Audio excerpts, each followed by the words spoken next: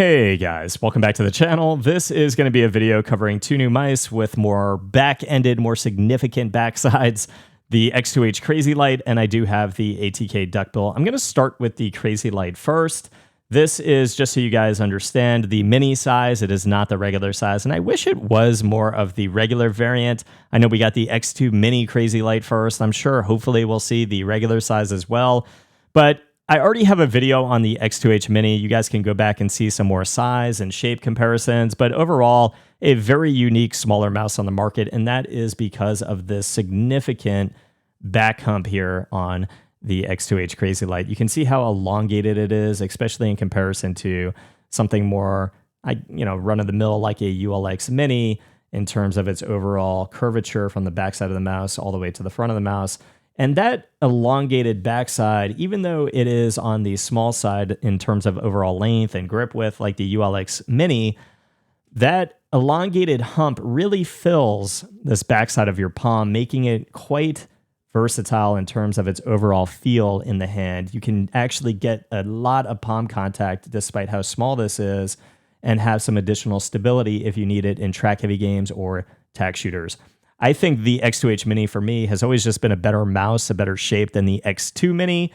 It just fills my palm a little bit more and feels more stable. I like to have a little bit more hand feel than something like the X2 Mini. The hump is even more elongated than the backside of the Duckbill. Pretty significant, but obviously not as significant as the X2H Medium.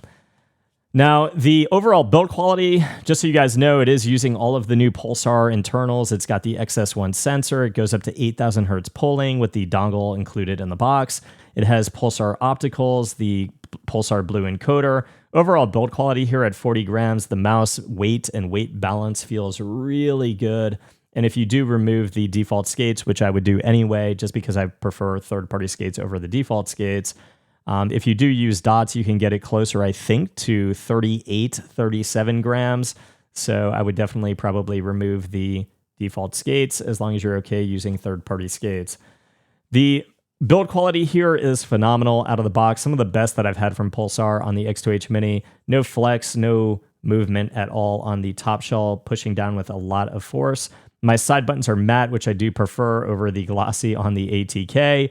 But mouse 4 and mouse 5 feel fantastic. Very little pre-travel on my first side button and barely any post-travel.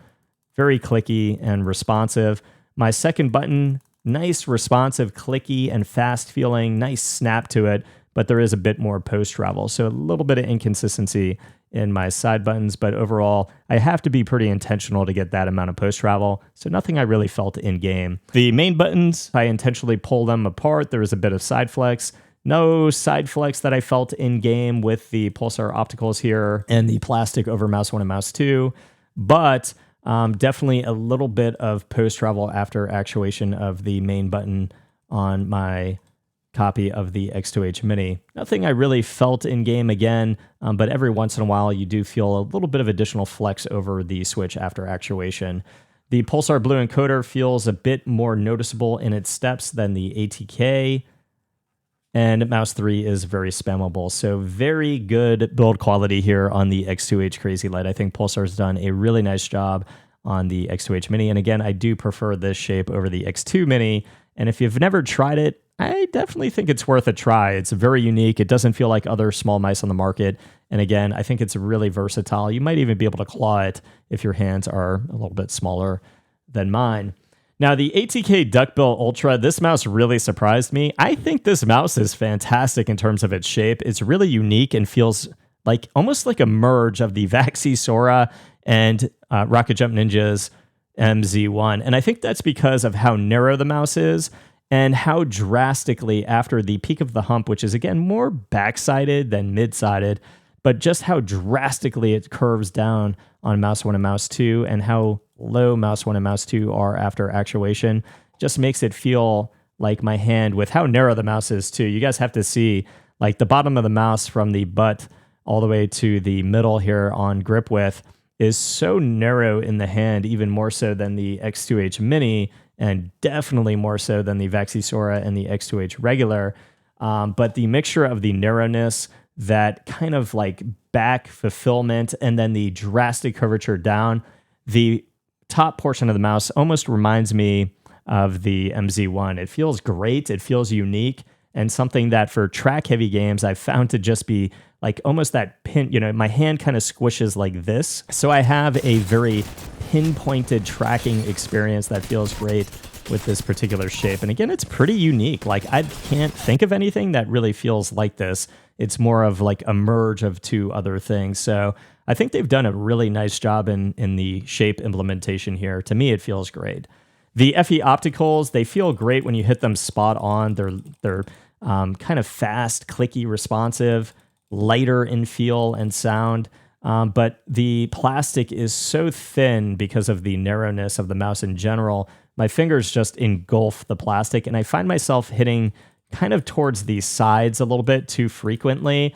And when I hit near the sides, it just doesn't feel nearly as good and crisp as hitting it dead on in the middle. So that's a little bit of a problem, but nothing that I really found too significant. Mouse 3 is very spammable. The one thing I will say, and my one gripe with the mouse, I wish the side buttons were matte instead of glossy.